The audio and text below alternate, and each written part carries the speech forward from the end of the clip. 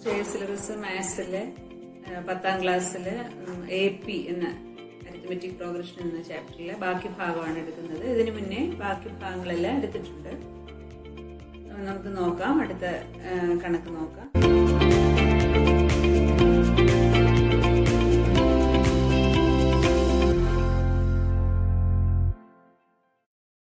ഒരു APയിലെ 8ാം പദം 12 ആണ്.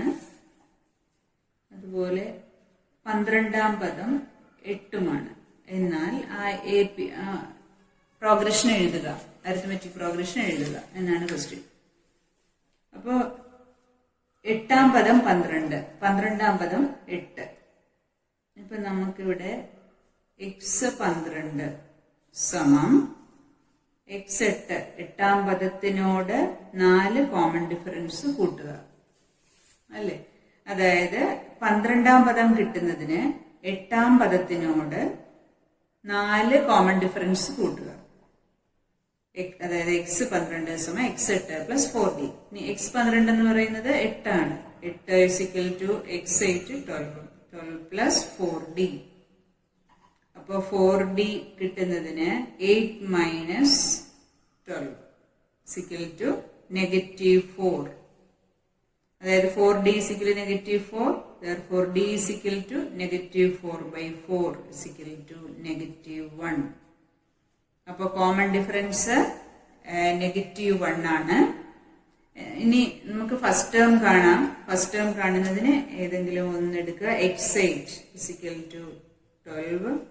x8 എന്ന് പറയുമ്പോൾ x1 plus 7d is equal to 12.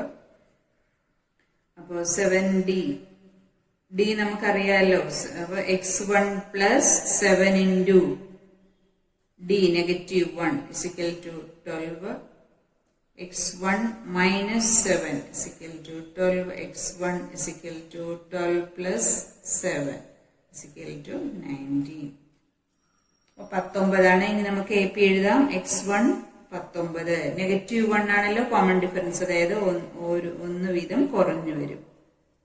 19, 18, 17, 16 etcetera ഇങ്ങനെയാണ് AP വരുന്നത്. അതായത് 8ാം പദം 12ഉം 12ാം പദം 8ഉമായ ഒരു AP എഴുതുക. അപ്പോൾ അതിന്റെ കോമൺ ഡിഫറൻസ് -1 ആയിരിക്കും. First term 19. അപ്പൊ AP എഴുതുമ്പോൾ 19, 18, 17, 16 എന്ന് പോകും. അപ്പൊ ഈ ക്വസ്റ്റ്യൻ ഒരു പ്രത്യേകതയുണ്ട്. 8ാം പദം 12ഉം 12ാം പദം 8ഉം. അതായത് if xm is equal to n and xn is equal to m ഇങ്ങനെ വന്നാൽ mth term is n and nth term is m വന്നാൽ കോമൺ ഡിഫറൻസ് ഇത്തരം പ്രോഗ്രഷനുകളിൽ കോമൺ ഡിഫറൻസ് എപ്പോഴും -1 ആയിരിക്കും. Common difference -1. അതായത് if mth term of an AP is n and nth term is m, then its common difference is equal to -1.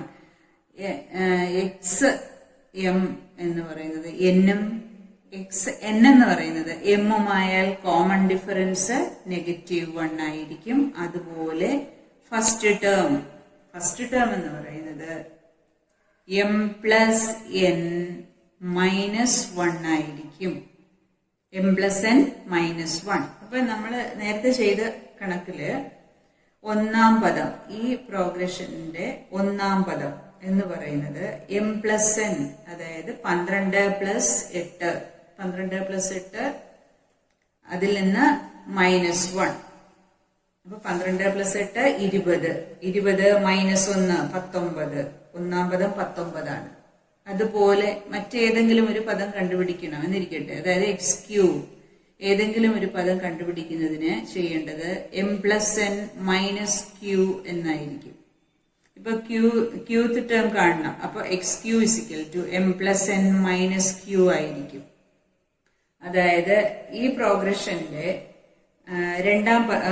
4ാം പദം കാണണമെന്നിരിക്കട്ടെ. അപ്പൊ x4 എന്ന് പറയുന്നത് ഇപ്പൊ ഈ അതായത് x8 സമം 12, x12 സമം 8 ഈ പ്രോഗ്രഷന്റെ 4ാം പദം കാണുന്നതിന് 12 പ്ലസ് 8 മൈനസ് 4 എന്നായിരിക്കും. അതായത് 20 മൈനസ് 4 സമം 16. 16 എന്നുള്ള അതായത് നാലാം പദം 16.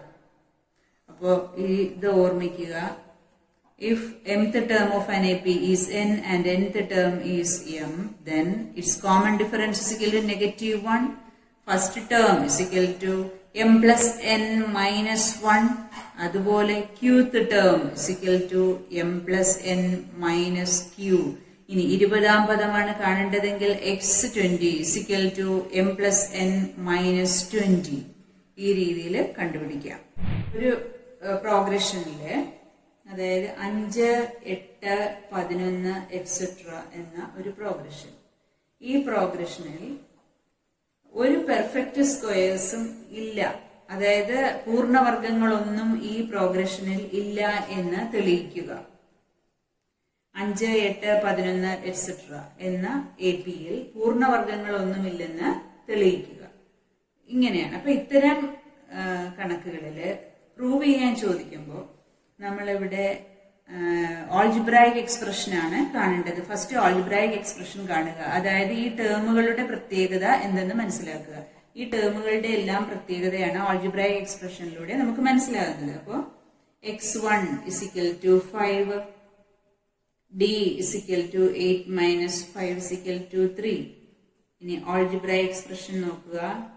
xn is equal to x1 plus n minus 1 into d is equal to x1 എത്രയാണ്? ഫസ്റ്റ് ടേം 5 ആണ്. 5 plus n minus 1 into common difference 3 is equal to 5 plus 3n minus 3 is equal to 3n plus 2. ഇങ്ങനെയാണ് കിട്ടിയത് അല്ലേ? അപ്പൊ ഇതിന്റെ algebraic expression എന്ന് പറയുന്നത് 3n plus 2 ആണ്. അതായത് 3n എന്ന് പറയുമ്പോൾ 3ന്റെ ഒരു മൾട്ടിപ്പിൾ, 3ന്റെ ഒരു മൾട്ടിപ്പിളിനോട് 2 കൂട്ടിയ നമ്പേഴ്സ് ആണ് ഇത് എന്ന്.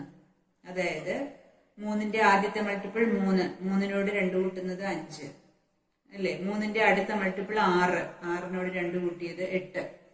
3ന്റെ അടുത്ത മൾട്ടിപ്പിൾ 9, 9നോട് 2 കൂട്ടിയത് 11. ഇങ്ങനെ ഈ തന്നിരിക്കുന്ന പ്രോഗ്രഷന്റെ പ്രത്യേകത എന്നത് ഇതാണ്. 3ന്റെ ഇവയെല്ലാം, ഈ നമ്പേഴ്സ് എല്ലാം 3ന്റെ മൾട്ടിപ്പിളിനോട് 2 കൂട്ടുന്നത് എന്നാണ്.